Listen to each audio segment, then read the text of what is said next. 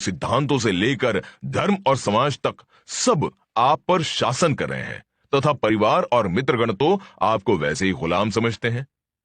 और ऊपर से करप्ट हुई हार्ड डिस्क के कारण आपके पास भी अब ये सब सहन करने के अलावा कोई उपाय नहीं बचा है। कारण क्या है? संसार की एकमात्र स्वतंत्र सत्ता इतनी मजबूर क्यों? तोड़ दो सारे बंधन, आ जाओ एक मेरी शरण। दूसरा कुछ आपको नहीं बचा सकता है। अपने मालिक बनो और सिर्फ अपने मूड यानी जीवन की रक्षा करो। जरा सोचो, आपके जीवन की परिभाषा ही कितनी गलत है। ये परिवार, ये समाज, ये धन, ये प्रतिष्ठा क्या वास्तव में आपका जीवन है? नहीं। आपका जीवन सिर्फ आत्मसंतोष की वो अनुभूति है जो सिवाय जीने के और किसी वस्तु से नहीं मिल सकती। और आपके लिए तो यह अनुभूति मूड के साथ जीने के अलावा किसी चीज से मिलना संभव नहीं। सीधा क्यों नहीं समझते कि इस कुदरत में ना तो कोई मुझसे ज्यादा करुणावान है, ना ज्ञानी और ना शक्तिशाली। यानी ना तो मेरे इंटेंशन और समझ पर शंका की जा सकती है और न क्षमता पर। फिर अड़चन क्या है?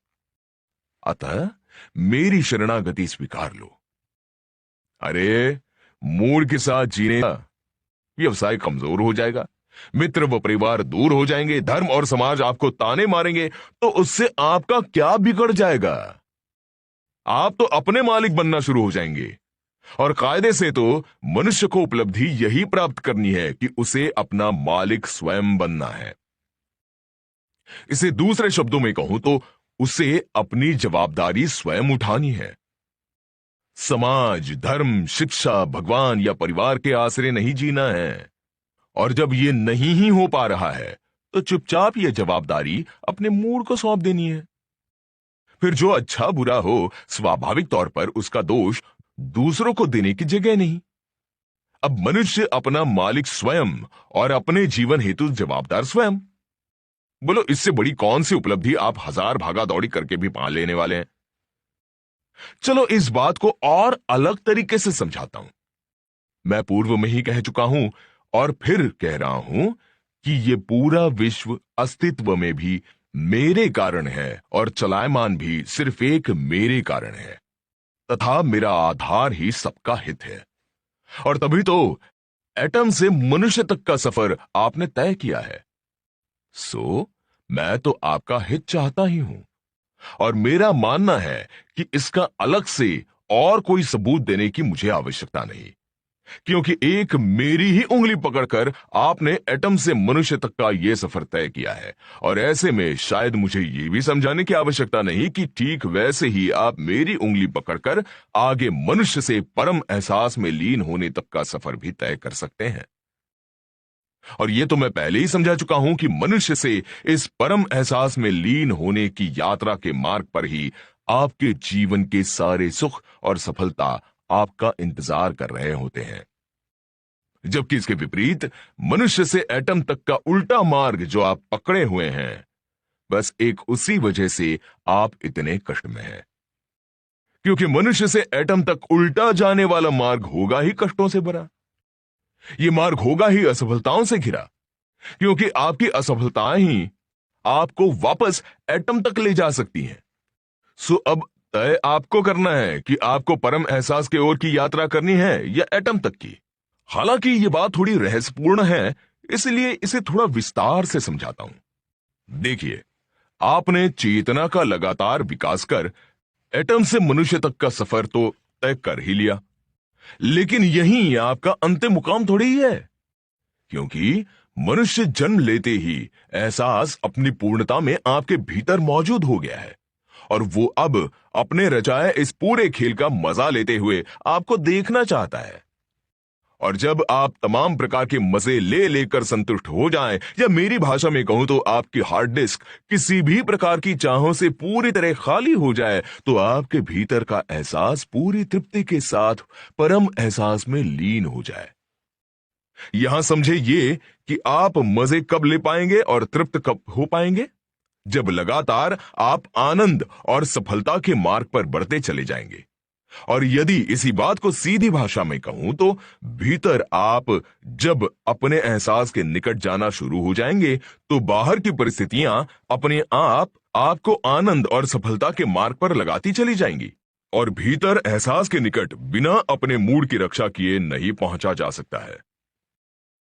अब चूंकि आप अपने भीतर की परवाह ही नहीं करते और सीधे बाहर आनंद और सफलता खोजने में लग जाते हैं, इसलिए आप बार बार अपने मूड के विरुद्ध जाने को मजबूर होते हैं। और लगातार मूड के विरुद्ध जीने से आपका हृदय भीतर से पत्थर सा हो जाता है। मैं इसे ही आपकी वापस एटम तक जाने की यात्रा कह रहा हूं। सो मैंने अपनी तरफ से बात विस्तार से समझा दी। आगे कौन से मार्ग पर जाना, यह आपको चुनना है। चलो, यह तो आपका ज़ाती फैसला है, परंतु मैं यहां स्पष्ट कर दूं कि जिससे आपका जीवन फले फूले उसमें ही मेरा रस है। तभी तो आप अपने को मिली स्वतंत्रता के कारण अपना कंप्यूटर कितना ही करप्ट कर लेते हैं, मैं मूड के सहारे उसे फिर ठीक करने की कोशिश में लग ही जाता हूं। सो अब ये क्यों नहीं समझते कि मेरा ज्ञान व मेरी सत्ता दोनों आपकी बुद्धि और आपको उपलब्ध धर्म, ज्ञान तथा समाज के कुल टोटल से भी खरबों गुना ज्यादा है। आप ये सीधा गणित क्यों नहीं समझते कि इन सब की जो कुछ भी समझ है वो सिर्फ एक जन्म की है। अतः इन सब की सारी शिक्षाएं आपाधापी वाली हैं, जल्दी जल्दी की है। और आपने सुना ही होगा कि जल्दी का काम शैतान का। अब मेरी बात करूं तो मेरे पास समय ही समय है। अरे, ये क्या कह गया? मैं स्वयं ही तो समय हूं। होगा। अभी तो आपको यह समझना है कि आपके पास समय ही समय है, और जब अनंत समय है तो जल्दी क्या? जरा देखें चांद, सूरज, पृथ्वी वगैरह को। खत्म एक दिन सबको होना है, लेकिन कोई आपाधापी नहीं, क्योंकि काफी लंबा समय है उनके पास।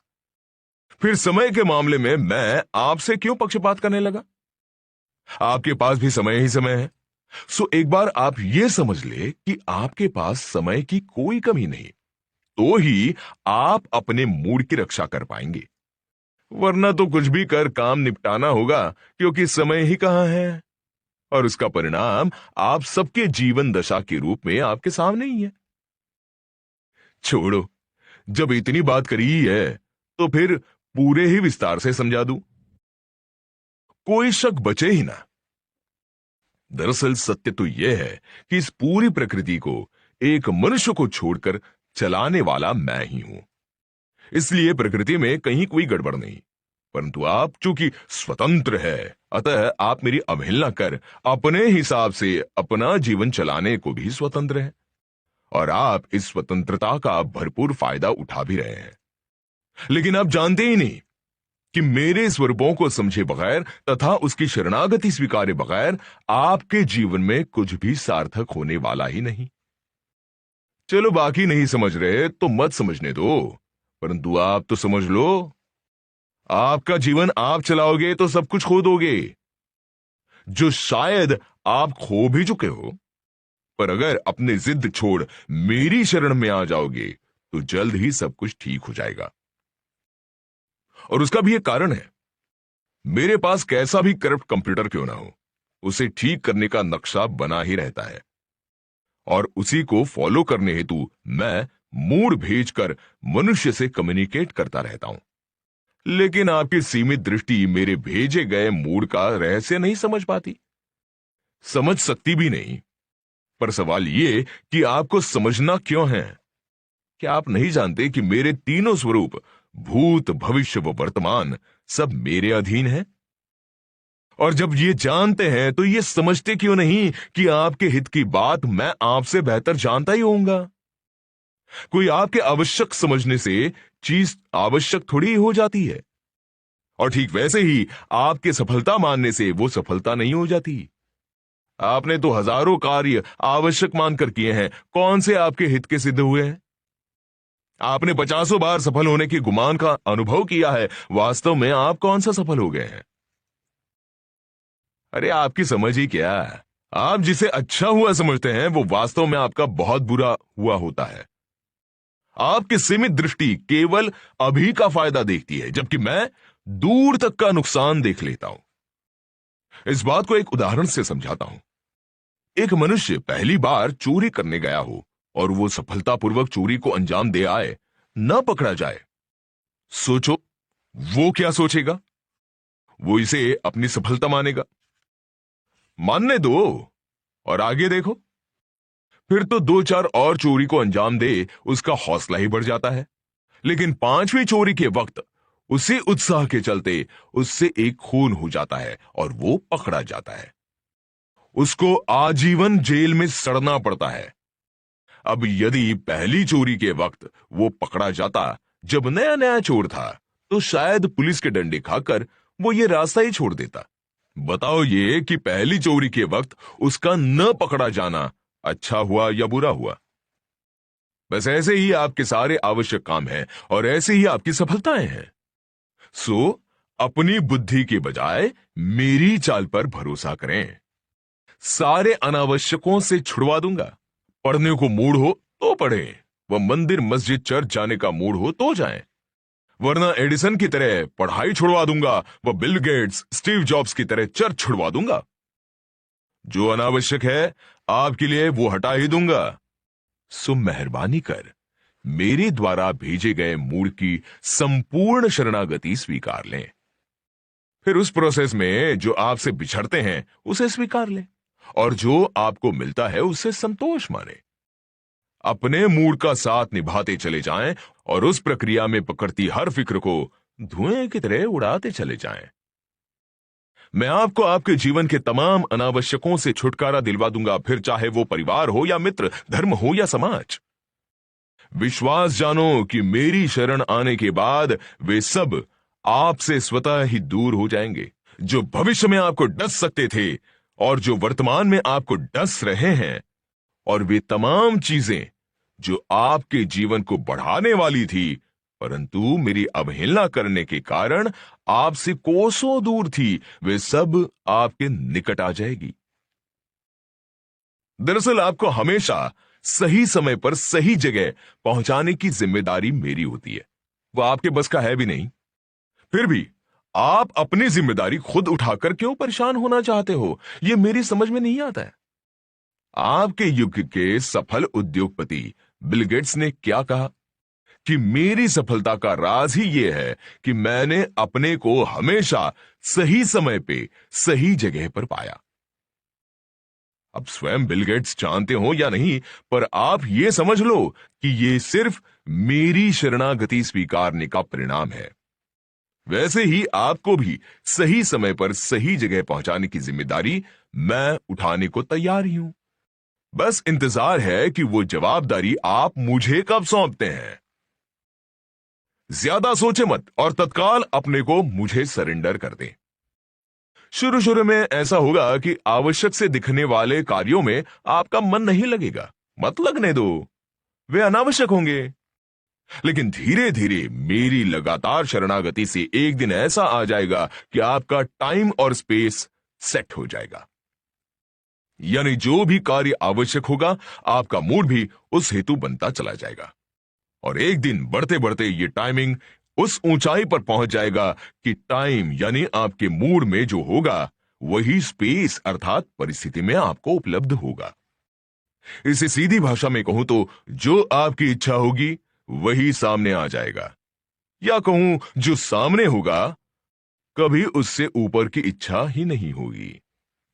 तथा मनुष्य जीवन में उसका इससे अच्छा और कुछ हो ही नहीं सकता है कि जो वो चाहे वो उसे उपलब्ध हो जाए।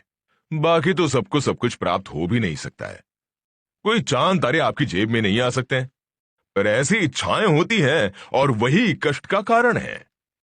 सो ये बात अच्छे से समझ ही लें। सवाल क्या है या कितना है का कभी नहीं है, सवाल जो है उससे अन्य कुछ चाहिए कि नहीं उसका है। अतः टाइम और स्पेस की ट्यूनिंग हो जाना मनुष्य की अंतिम ऊंचाई है।